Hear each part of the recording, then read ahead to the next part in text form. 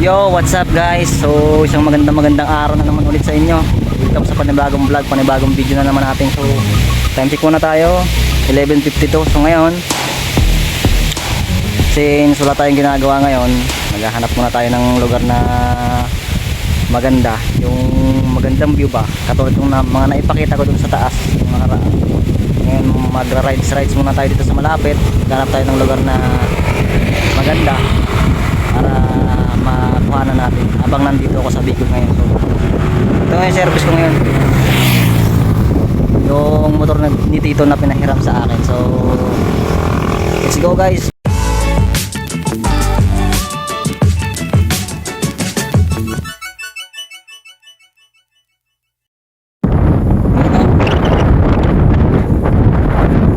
Maganda dito guys, takita mo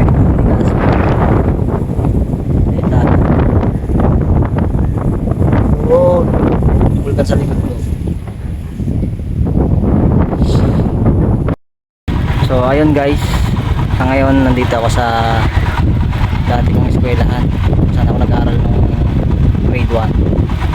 Ito, yung nasa aking likod, Limalnod Elementary School. So shoutout sa lahat ng mga teachers at mga mag-aaral ko dati rito.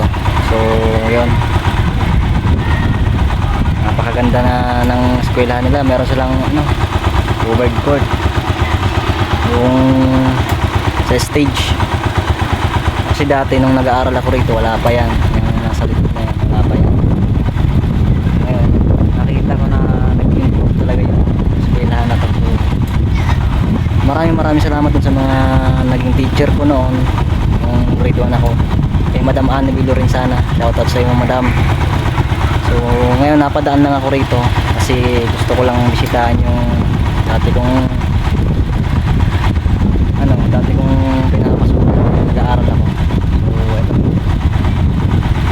napakaganda ng dito place, lalong gumanda, nag-improve sila.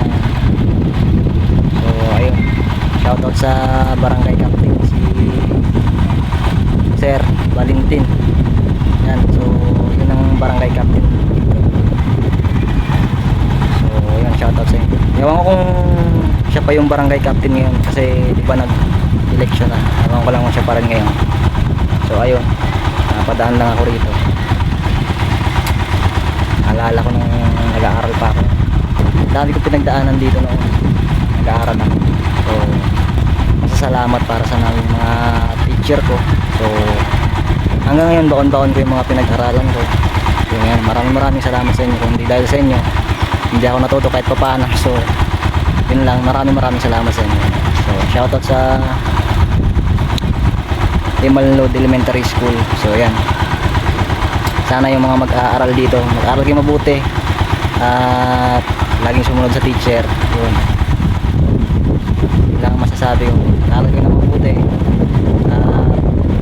pagsusuko hanggat maabot natin yung pangarap sa buhay. Yun lang.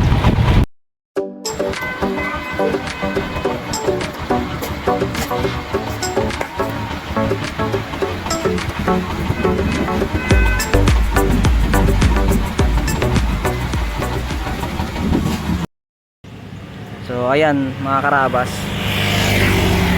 itong lugar na to, yan, sa lugar na to mismo,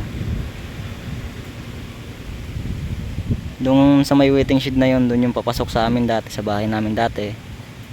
So dito talaga ako lumaki sa lugar na to. Yan, yan yung bulkan mga karabas, kita rito. Yan, so meron pang mas magandang view dito na makikita tayo. So maghanap-hanap pa tayo ngayon kung saan tayo makarating. Let's go. So yan guys, ngayon nandito ako ngayon sa Bunker 1 Resettlement Site. So medyo maganda yung tanawin dito. Ngayon ko lang napunta dito lugar na to. So yan, dito tayo sa Bunker 1 Resettlement Site. So ito yung tanawin niya. Yan, malapit na tayo sa dagat. Yan. Yan.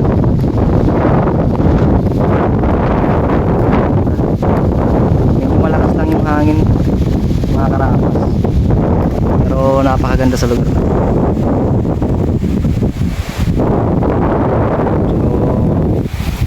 So sa ngayon ito muna yung medyo magandang clip natin. Yan. Ang ganda. So next time maghahanap tayo ng mas malapit na mapupunta na pwedeng pasyalan dito sa amin. So yan. Sa ngayon pabalik na muna tayo sa Anislag Pinat dito kasi ihahatid ko pa yung pinsan ko dun sa pupuntahan niya eh. So sumaglit lang tayo dito sa magandang tanawin ng resettlement site dito sa Bunker 1.